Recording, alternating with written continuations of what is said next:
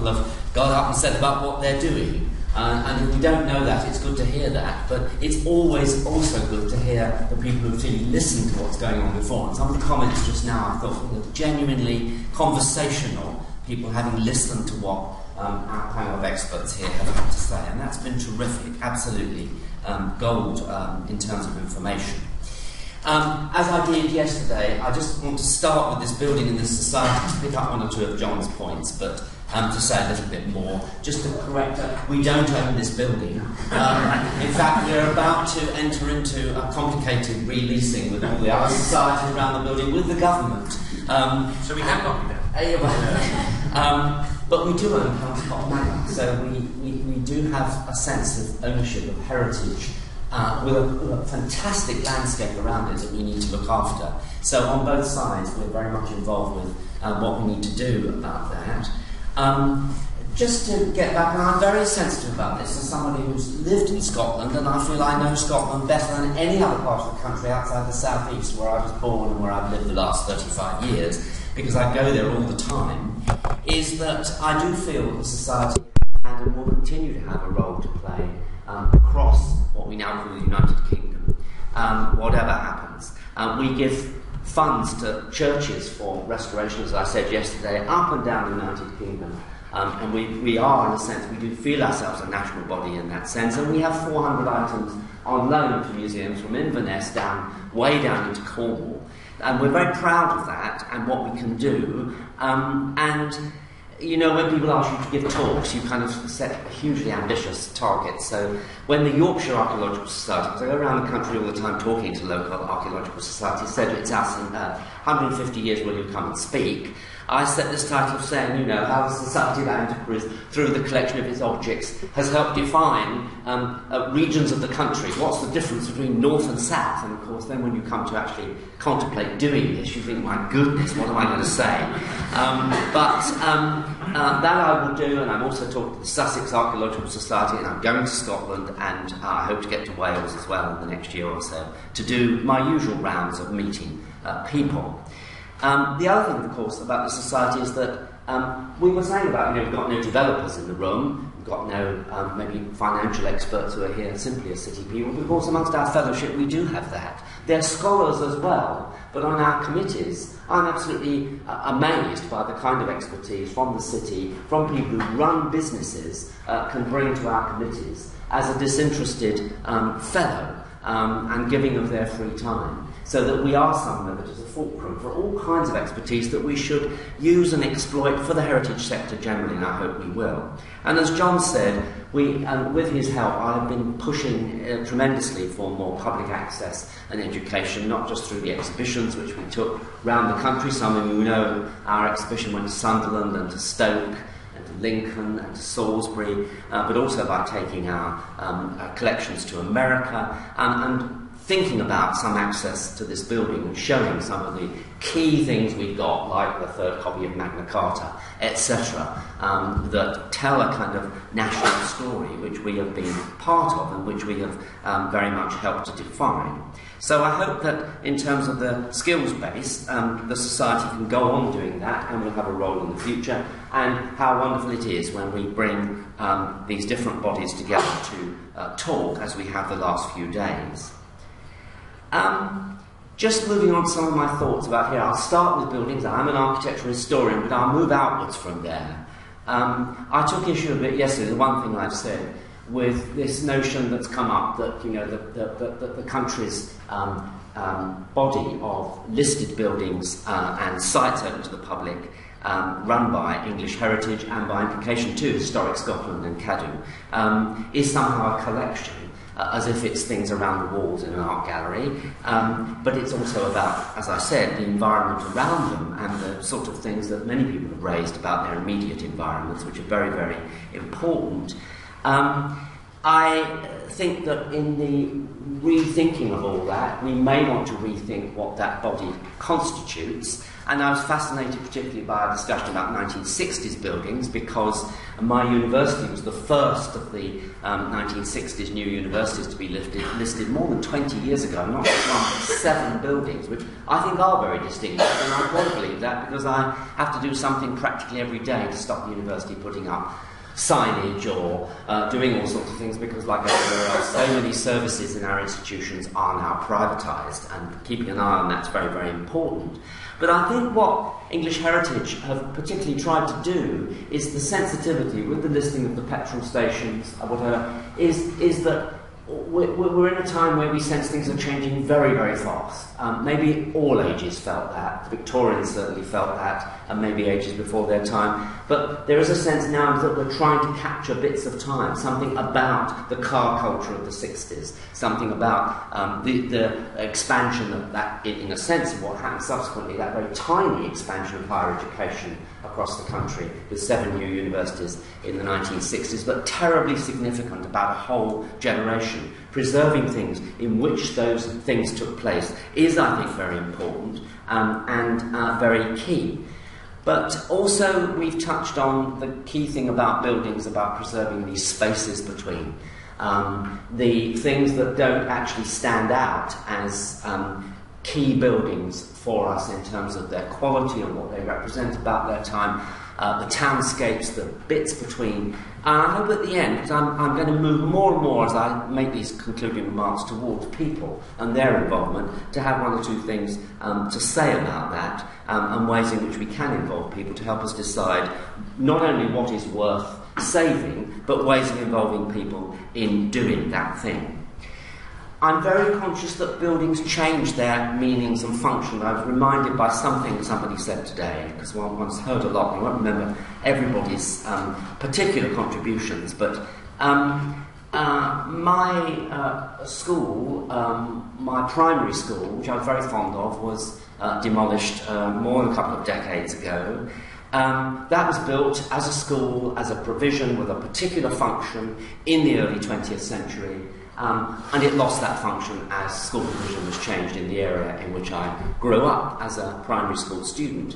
But of course that building was founded and paid for by Andrew Carnegie.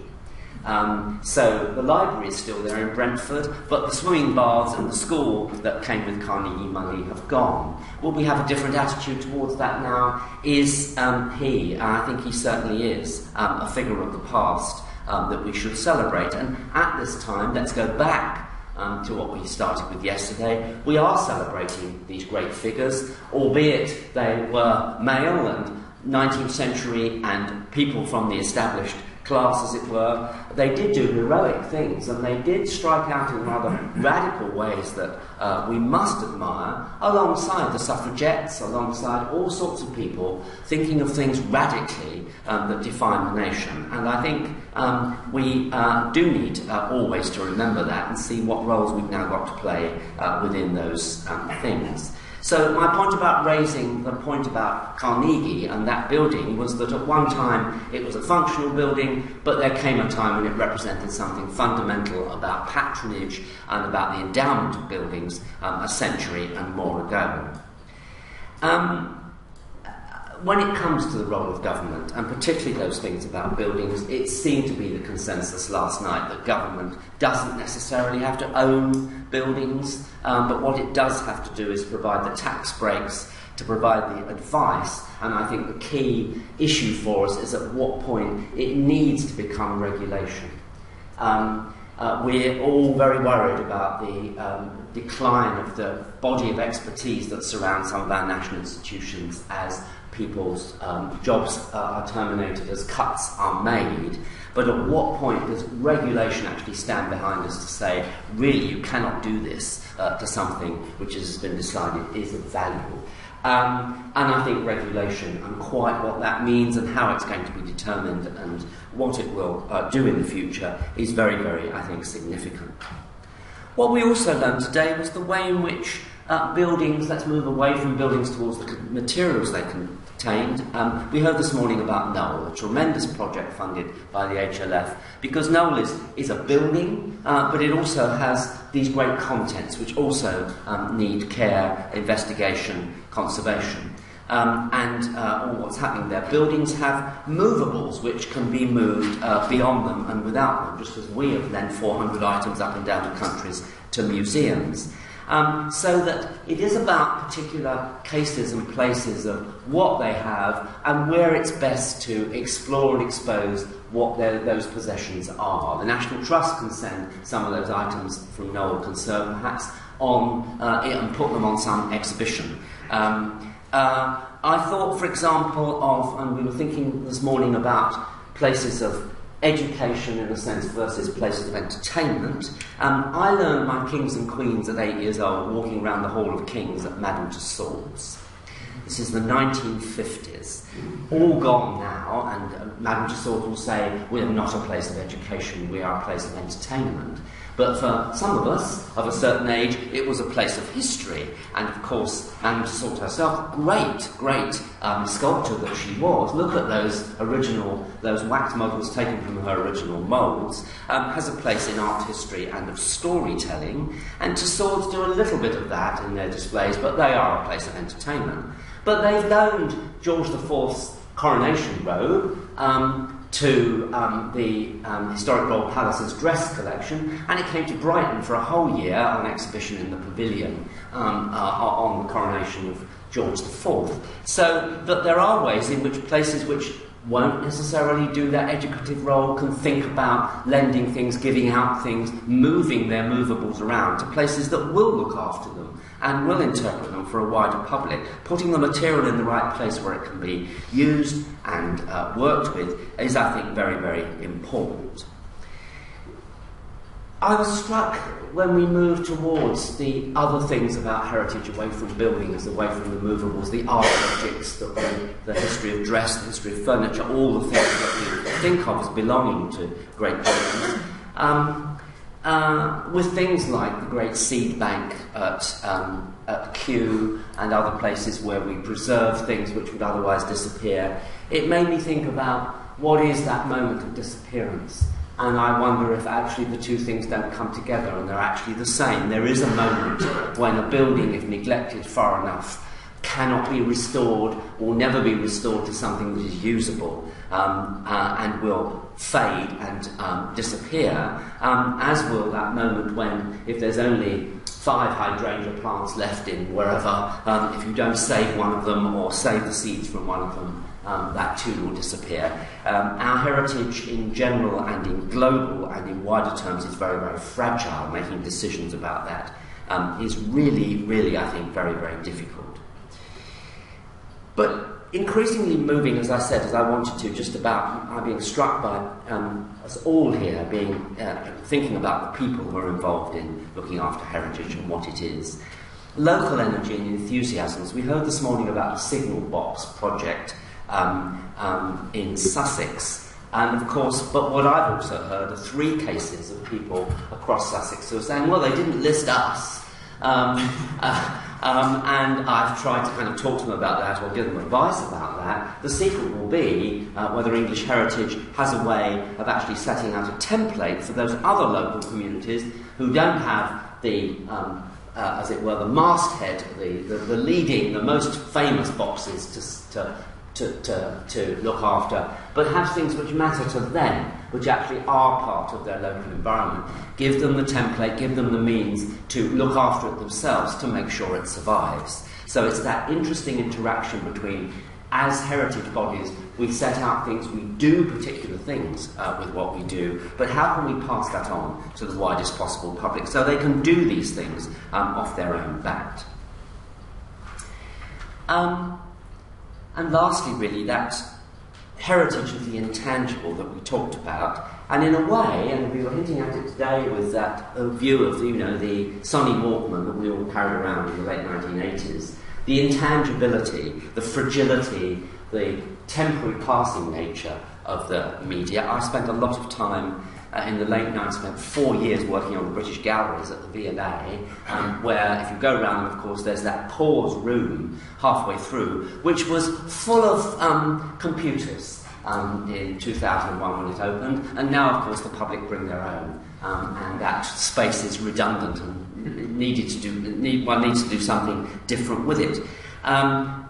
It's very unforgiving, and I think it was Clive Wainwright, the great Clive Wainwright, who first used that word. He said, he said, I love computers, but remember, they're very unforgiving because things change around you so fast.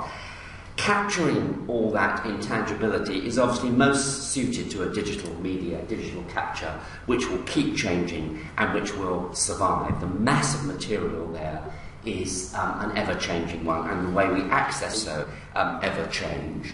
And it's also, but that is the area where we can involve people the most to take their own control and direction of this.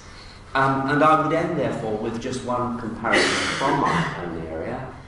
In Brighton, the digital projects that are going on across the city have set up all sorts of things. One of the most obvious of them is the country house owned by the local authority, Preston Manor, to engender enthusiasm for it and support for it, because like many other local authority country houses that we've touched on today, they're very fragile places because, especially if they're outside the city, how do we keep them going? How do we keep visitor numbers up? There's a kind of murder at the manor you can plug into, and you can move people around the building and set up your own murder mystery around Preston Manor. Well, surprise, surprise, what they found is there are 12 people who log on every day and do something. There are obsessive people who do nothing but that. But what has really caught on, is the Buildings Project, where people can go around and identify things that have happened in their local area.